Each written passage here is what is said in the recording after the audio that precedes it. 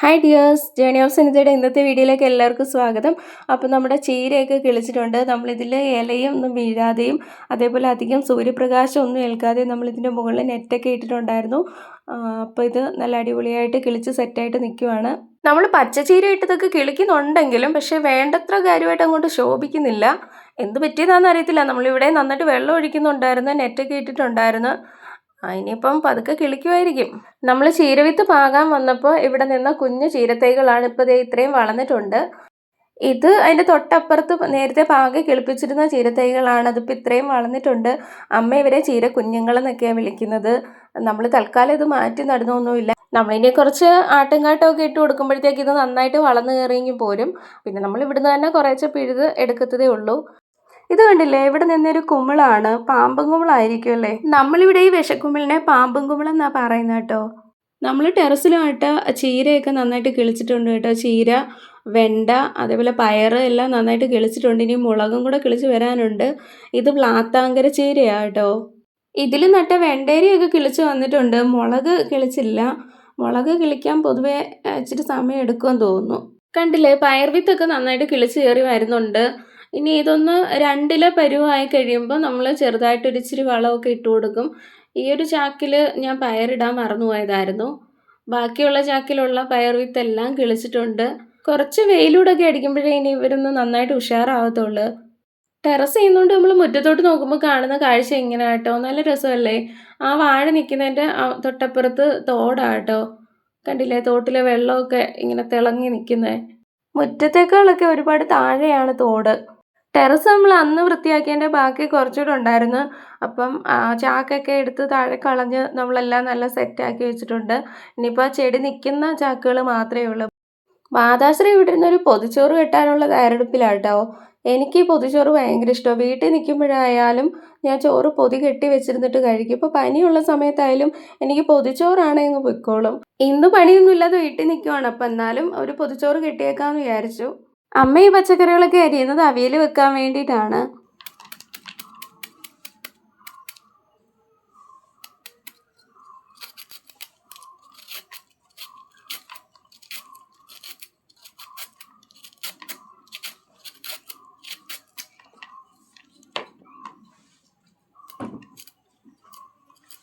ഞാനിവിടെ ഒരു ക്യാബേജ് തോരൻ വെക്കണം, പയറും മെഴുക്കുവരട്ടണം, അങ്ങനെ കുറേ കാര്യങ്ങൾ ചെയ്യാൻ ഉദ്ദേശിക്കുന്നുണ്ട്. അപ്പം ഞാനും കൂടെ അരിഞ്ഞു കഴിഞ്ഞാൽ പെട്ടെന്ന് ജോലി അങ്ങ് തീരുമല്ലോ.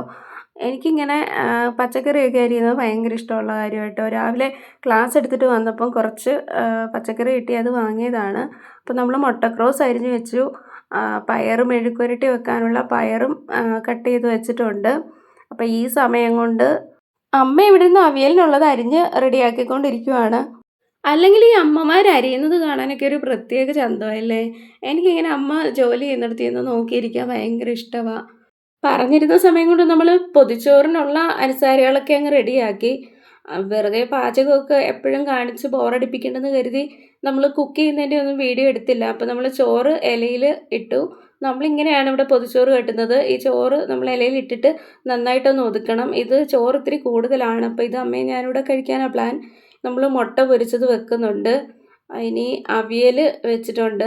അവിയലും നമ്മൾ ആ കൂട്ടത്തിൽ വെക്കുകയാണ്. ഇതൊക്കെ എൻ്റെ സ്വന്തം പ്രിപ്പറേഷനാണ് കേട്ടോ. ഇനി നമ്മളൊരു കാരൽ മീൻ വറുത്തത് വെക്കുകയാണ്. ഉണക്കമീനാണ്. അപ്പം അത് വെച്ചു. ഇനി നമ്മൾ ചമ്മന്തി അരച്ചു. പൊതിച്ചോറിലെ ഏറ്റവും അവിഭാജ്യ ഘടകമാണല്ലോ ചമ്മന്തി. ഇനി നമ്മൾ പയർ അല്ലെങ്കിൽ അച്ചിങ്ങ മെഴുക്ക് വരട്ടിയത് വെക്കുകയാണ്. ഇനി അതും വെച്ചു. ഇനി നമ്മൾ തോരന്, നമ്മുടെ ക്യാബേജ് തോരൻ വെച്ചത് വിളമ്പുന്നുണ്ട്. ഇനി നമ്മൾ മാങ്ങ അച്ചാർ വെക്കുകയാണ്. ഇത്രയായപ്പോഴത്തേക്ക് നമ്മളുടെ പൊതിച്ചോറ് സെറ്റായി. ഈ വെച്ച കറികളൊക്കെ കുറച്ച് ഹെവിയാണെന്ന് എനിക്കറിയാം. നമ്മൾ ചമ്മന്തിയും ഒരച്ചാറും ഒരു മുട്ട പൊരിച്ചതും ഉണ്ടെങ്കിൽ, ഒരു മെഴുക്കുവരട്ടിയും കൂടെ ഉണ്ടെങ്കിൽ നമുക്ക് പൊതിച്ചോറ് അതിൽ പരം വേറൊന്നുമില്ല. നമ്മൾ പിന്നെ ഇന്ന് പച്ചക്കറി വാങ്ങുകയും കൂടെ ചെയ്തുകൊണ്ട് ഞാനങ്ങ് പൊലിപ്പിച്ചെന്നേ ഉള്ളൂ. ഇനി നമ്മളിത് ഇല ഇങ്ങനെ മടക്കണം. ഇല ഇങ്ങനെ മടക്കിയിട്ട് നന്നായിട്ട് ഒതുക്കണം. കാരണം പൊതി തളർന്നു പോകരുത്. അപ്പം നന്നായിട്ട് ഒതുക്കി ഇതേപോലെ പൊതിഞ്ഞെടുക്കണം. അതിനുശേഷം ഇനി നമ്മൾ പേപ്പർ വെച്ച് പൊതിയുന്നതാണ്. പേപ്പർ വെച്ച് പലരും പല രീതിയിൽ പൊതിയുന്ന കാണാം. നമ്മളിത് ഇങ്ങനെയാണ്, ഇങ്ങനെ കോണോട് കോണ് വെച്ചിട്ടാണ് നമ്മൾ പേപ്പർ ഇട്ട് പൊതിയുന്നത്. അപ്പോൾ അങ്ങനെ ആകുമ്പോൾ ഈ പൊതി എന്ത് വന്നാലും അഴിഞ്ഞു പോകത്തില്ല. പിന്നെ നമ്മൾ മടക്കിയത് ആദ്യം മടക്കി വെച്ചേക്കുന്ന അതിനുള്ളിലേക്ക് ബാലൻസ് വരുന്ന തുമ്പെല്ലാം കൂടെ മടക്കി വെക്കുക. അപ്പോഴത്തേക്ക് നമ്മുടെ പൊതിച്ചോറ് ഇവിടെ സെറ്റായി. ഇനി ഇതിങ്ങനെ ഇവിടെ ഇരിക്കട്ടെ. പൊതിച്ചോറിന് നമ്മൾ ഉച്ചയ്ക്കേ കഴിക്കത്തുള്ളൂ. നമ്മൾ വെളിയിലോട്ടൊക്കെ ഒന്ന് ഇറങ്ങിയതാണ്. ഇത് കണ്ടോ, ഈ ചെടിക്ക് സീതത്താലി എന്നാണ് ഇവിടെ പറയുന്നത്. പണ്ട് സയൻസ് പുസ്തകത്തിൽ പഠിക്കാനൊക്കെ ഉണ്ടായിരുന്നു ഈ ചെടിയെ പറ്റി. കണ്ടില്ലേ, നല്ല രസമുണ്ടല്ലേ. ഇപ്പം നല്ല മിനുസമാണ് ഇതിൻ്റെ ഇലയിൽ തൊടാൻ. ഇവിടെ ഇങ്ങനെ ഒരു റബ്ബർ കൊമ്പിൽ ഇത് വളർന്ന് കിടപ്പുണ്ടായിരുന്നു. അപ്പോൾ റബ്ബർ കൊമ്പ് ഒടിഞ്ഞപ്പം ഈ ചെടിയും കൂടെ അതിൻ്റെ ഒടുങ്ങി പോരുന്നതാണ്. ഇനിയിപ്പോൾ ഇതങ്ങ് നശിച്ചു പോവും. നമുക്ക് വേറെ നട്ട് വളർത്താമെന്ന് വെച്ചാലും ഇത് വളരത്തില്ല. നമ്മൾ വയലിലോട്ടൊക്കെ ഒന്ന് നോക്കിയപ്പോഴത്തേക്ക് ഇതേ കണ്ടില്ലേ, കണ്ണ് പോലും കത്തുന്നു, അത്രയും നല്ല വെയിലാണ്. നമ്മുടെ കിളികളൊക്കെ ഈ തോടിൻ്റെ സൈഡിലൊക്കെ വന്നിരുന്ന് ഭയങ്കരമായിട്ട് ബഹളം വെക്കുന്നുണ്ട്. നമുക്കെന്നാൽ പിന്നെ തോട്ടിലോട്ടൊന്ന് ഇറങ്ങിയിട്ട് വരാം. ഈ കൊടും വേനലിൽ ഇതേപോലെ വെള്ളം കാണുമ്പോൾ തന്നെ മനസ്സിനൊരു കുളിർമയാണ്. ഇപ്പം ഇതേ സമയം പലയിടത്തും ഒരു അല്പം പോലും വെള്ളം കിട്ടാത്തൊരവസ്ഥയൊക്കെ ഉണ്ടായിരിക്കും അല്ലേ. കനാൽ തുറന്നു വിട്ടതോടെയാണ് നമ്മുടെ തോട്ടിലും ശരിക്കും ഇത്രയും വെള്ളമൊക്കെ ആയത്. ഇല്ലെങ്കിൽ നമ്മുടെ തോട് ഇപ്പോൾ ഉണങ്ങിപ്പോയേനെ. നമ്മുടെ തോട്ടിൽ കുളിക്കാൻ വന്ന ആരോ മറന്നു വെച്ചിട്ട് പോയ തൂവലാണ്. കണ്ടിട്ട് കാക്കമ്മയുടെ ആണെന്ന് തോന്നുന്നു. പക്ഷെ തൊട്ട് മുമ്പ് ഇവിടെ കുളിച്ചതൊരു വണ്ണാത്തിപ്പുള്ളാണ്. ഇനി പുള്ളിക്കാരിയുടെ എങ്ങാണോ ആണോ. നമ്മളെന്തായാലും തിരിച്ച് അവിടെ തന്നെ വെച്ചിട്ടുണ്ട് കേട്ടോ. വയലിലേക്കൊക്കെ നോക്കുമ്പോഴത്തേക്കും നല്ല അടിപൊളി വെയിലാണ്. അപ്പോൾ ഈ സമയത്ത് ഇവിടെങ്ങും ആരുമില്ല. ഞാൻ മാത്രം ഇങ്ങനെ അലഞ്ഞു തിരിഞ്ഞ് തോട്ടിലൊക്കെ നടക്കുന്നുണ്ട്. അമ്മയും അവിടെ കിടന്നപ്പോൾ നല്ല ഉറക്കമാണ്. ഇത്രയും വെള്ളം കണ്ടതിൻ്റെ സന്തോഷമായിരിക്കും. കുളക്കോഴി ആ കാട്ടിലിരുന്ന് ഭയങ്കരമായിട്ട് കരയുന്നുണ്ട്. സാധാരണ മഴയുള്ളപ്പോഴാണ് ഇങ്ങനെ കരയുന്നത് കേൾക്കുന്നത്. അപ്പോൾ ഇനി നമുക്ക് നമ്മുടെ പൊതിച്ചോറ് ഓപ്പൺ ചെയ്യാം.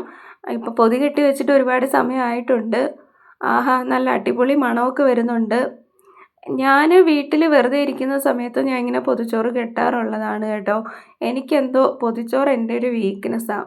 എനിക്കിങ്ങനെ ഈ മറ്റുള്ളവരെ കഴിച്ച് കാണിക്കുന്നതിനോടൊന്നും വലിയ താല്പര്യമില്ല കേട്ടോ. അതുകൊണ്ട് ഞാൻ നിങ്ങളെ ചോറ് ഇളക്കി ഉരുട്ടി കാണിക്കാം. കഴിക്കുന്നത് ഞാൻ വീഡിയോ എടുക്കുന്നില്ല. നല്ല അടിപൊളി ടേസ്റ്റ് ആയിരുന്നു നമ്മളുടെ പൊതിച്ചോറിന്. എന്തായാലും ഇനി അമ്മയെ ഞാനിവിടെ കഴിക്കട്ടെ. ഒരു പഴുത്ത ഓമയ്ക്ക ഇരുന്നത് കിളികൾ കഴിച്ചോട്ടെ എന്ന് കരുതിയെടുത്ത് മുറ്റത്ത് വെച്ചതാണ്.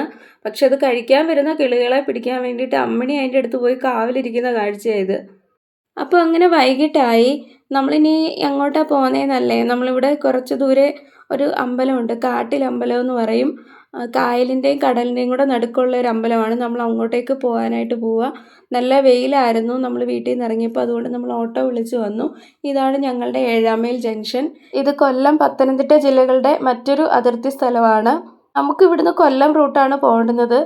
പണ്ടൊക്കെ നമുക്ക് കൊല്ലം ജില്ലയ്ക്ക് ഹർത്താലാണെങ്കിൽ നമ്മൾ അപ്പുറത്ത് പത്തനംതിട്ട ജില്ലയിലോട്ട് പോകും. പിന്നെ അതേപോലെ പത്തനംതിട്ട ജില്ലയ്ക്ക് ഹർത്താലെങ്കിൽ നമ്മൾ 7 മൈൽ ജംഗ്ഷനിൽ വന്നിട്ട് കൊല്ലം ജില്ലയ്ക്ക് ബസ് കിട്ടും, അവിടെ നിന്ന് കയറി പോകുമായിരുന്നു. അപ്പോൾ എന്തായാലും നമുക്ക് അതൊരു ലാഭമായിരുന്നു. അപ്പോൾ അങ്ങനെ 7 മൈലിൽ നിന്ന് നമ്മൾ ബസ് കയറി ചവറ ശങ്കരമംഗലത്ത് വന്നിറങ്ങി. അവിടെ നിന്ന് ഇനി നമ്മൾ കാട്ടിലമ്പലത്തിലേക്ക് ഓട്ടോ വിളിച്ച് പോവുകയാണ്. ബസ് കിട്ടിയില്ല. ഇവിടുന്ന് നമ്മൾ കുറച്ച് ദൂരം അങ്ങോട്ട് ചെല്ലണം. അങ്ങനെ നമ്മൾ അമ്പലത്തിൻ്റെ പാർക്കിംഗ് ഗ്രൗണ്ടിലെത്തി. ഇനി ഇവിടുന്ന് അങ്ങോട്ട് ജങ്കാറുണ്ട്. ജങ്കാറിൽ കയറി ഈ ഒരു കനാൽ ക്രോസ് ചെയ്ത് വേണം നമുക്ക് അമ്പലത്തിലേക്ക് എത്തേണ്ടുന്നത്. ഇത് കൊല്ലം കോട്ടപ്പുറം NW3 ആണ്, നാഷണൽ വാട്ടർ വേ 3 ആണ് ഈ കാണുന്നത്, കൊല്ലം കോട്ടപ്പുറം. അപ്പോൾ ഇത് ക്രോസ് ചെയ്ത് നമുക്ക് അപ്പുറത്ത് പോകണം. ഇവിടുന്ന് നമുക്ക് ഫ്രീ ആയിട്ട് ജങ്കാർ സർവീസ് ഉണ്ട്. അപ്പോൾ നമ്മൾ വന്നപ്പോഴത്തേക്ക് ജങ്കാർ ഇവിടുന്ന് ഒരു ട്രിപ്പ് ആളെ കൊണ്ടുവന്ന് അപ്പുറത്ത് വിടാനായിട്ട് പോയിരിക്കുകയാണ്. ഇനി അവിടുന്ന് ആളെ എടുത്തിട്ട് ഇങ്ങോട്ടേക്ക് തിരിച്ചു വരും. കണ്ടില്ലേ, കടലിൽ മീൻ പിടിക്കാനായിട്ടൊരു മോട്ടോർ വള്ളം പോകുന്നതാണ്. അപ്പം വീഡിയോയിൽ അത്ര ക്ലിയർ ആയിട്ട് കാണാൻ പറ്റില്ല, കാരണം ഒരുപാട് ദൂരെ കൂടെയാണ് ഇത് പോകുന്നത്. പക്ഷേ ആ സൂര്യപ്രകാശത്തിൽ ആ ഒരു ബോട്ട് ഇങ്ങനെ പോകുന്ന കാണാൻ നല്ല ഭംഗിയുണ്ടായിരുന്നു. അപ്പം നമുക്ക് പോകാനുള്ള ജങ്കാർ ഇത് ആ സൈഡിൽ കൂടി ഇങ്ങോട്ട് തിരിച്ചു വരുന്നുണ്ട്. അപ്പം നമ്മൾ ജങ്കാറിൽ കയറി ഇനി നമ്മൾ അങ്ങോട്ട് പോവുകയാണ്. നമ്മൾ ക്രോസ് ചെയ്ത് ഇപ്പുറത്ത് വന്നു. അവിടെ നിന്നാണ് നമ്മൾ ഇങ്ങോട്ടേക്ക് വന്നത്. ഇനി നമ്മൾ ജങ്കാറയിൽ നിന്ന് ഇറങ്ങി കുറച്ച് ദൂരം അങ്ങോട്ട് നടക്കാനുണ്ട്. അപ്പോൾ ഫ്രണ്ടിൽ ആൾക്കാർ പൊങ്കാല ഇടാനുള്ള ചൂട്ടും കൊതുമ്പും ഒക്കെ ആയിട്ട് ഇങ്ങനെ പോയിക്കൊണ്ടിരിക്കുകയാണ്. വൈകിട്ട് ഇവിടെ പൊങ്കാല ഇടാനുള്ള സൗകര്യമുണ്ട്. നമുക്ക് ഒരുപാട് സ്പീഡിൽ ഈ മണലിൽ കൂടെ അങ്ങനെ നടക്കാൻ പറ്റത്തില്ല. പക്ഷെ എന്നാലും നമ്മൾ മാക്സിമം ട്രൈ ചെയ്യുന്നുണ്ട്. കണ്ടില്ലേ, സൂര്യപ്രകാശത്തിൽ ആ മണൽ ഇങ്ങനെ നല്ല ഗോൾഡൻ കളറിലാണ് കിടക്കുന്നത്. അങ്ങനെ നമ്മൾ അമ്പലത്തിൽ കയറിയിട്ട് തിരിച്ചിറങ്ങി. അമ്പലത്തിനകത്ത് കയറിയതിൻ്റെ ഒന്നും വീഡിയോ നമ്മൾ എടുത്തിട്ടില്ല. ഈ കാട്ടിലമ്പലത്തിൽ വന്നു കഴിഞ്ഞാൽ എല്ലാവരും തൊട്ടടുത്ത് തന്നെ കടലുണ്ട്. അപ്പോൾ ആ കടലിൽ പോയിട്ടേ തിരിച്ചു പോകത്തുള്ളൂ. ഇപ്പം തന്നെ സമയം വൈകിട്ടൊരു 6:30യോടൊക്കെ അടുക്കുന്നുണ്ട്. എന്നിട്ടും ഇവിടെ അത്യാവശ്യം ആൾക്കാരൊക്കെ ഉണ്ടായിരുന്നു. നല്ല ശക്തമായിട്ട് തിരമാലയും കയറി വരുന്നുണ്ട്. അപ്പം നമ്മുടെ തൊട്ടടുത്തൂടൊക്കെയാണ് പ്രാവൊക്കെ വരുന്നത്. അവർക്കൊരു പേടിയൊന്നുമില്ല. എനിക്കിങ്ങനെ ക്യാമറയിൽ നോക്കിയിട്ട് എക്സ്പ്രഷൻ ഇടാനൊന്നും അറിയില്ല കേട്ടോ. നമ്മൾ നേരിട്ട് ആൾക്കാരെ കാണുമ്പം ചിരിക്കും, സംസാരിക്കും എന്നല്ലാതെ ക്യാമറയിൽ നോക്കിയിട്ട് എനിക്കങ്ങനെ ചെയ്യുന്നതൊന്നും വശമല്ല. അപ്പം നമ്മൾ കടലിങ്ങനെ നോക്കി നിൽക്കാൻ എന്ത് രസമല്ലേ. തിരിച്ചു വരുന്ന വഴിക്ക് കടലിനോട് ചേർന്ന് ദേ ഒരു പോത്തുസാറ് നിന്ന് കറങ്ങുന്നുണ്ട്. നമ്മളിനി ഇങ്ങനെ കുറേ ദൂരം നടന്നെങ്കിൽ മാത്രമേ ജങ്കാറിൻ്റെ അടുത്ത് ചെല്ലത്തുള്ളൂ. ഇടയ്ക്ക് നമ്മളൊരു കടയിലും കൂടെ കയറിയായിരുന്നു. കയറിയിട്ട് തിരിച്ചിറങ്ങിയപ്പോഴത്തേക്ക് അത്യാവശ്യം ഇരുട്ടായിട്ടുണ്ട്. അങ്ങനെ നമ്മൾ അമ്പലത്തിൽ നിന്ന് തിരിച്ച് ബസ് സ്റ്റോപ്പിലെത്തിയപ്പോഴേ നമുക്ക് അടൂരിനുള്ള ബസ് വന്നിട്ടുണ്ടായിരുന്നു. അപ്പം നമ്മളിനി ബസ്സിൽ കയറി. ഇനി ഒരു അരമണിക്കൂർ യാത്രയുണ്ട്.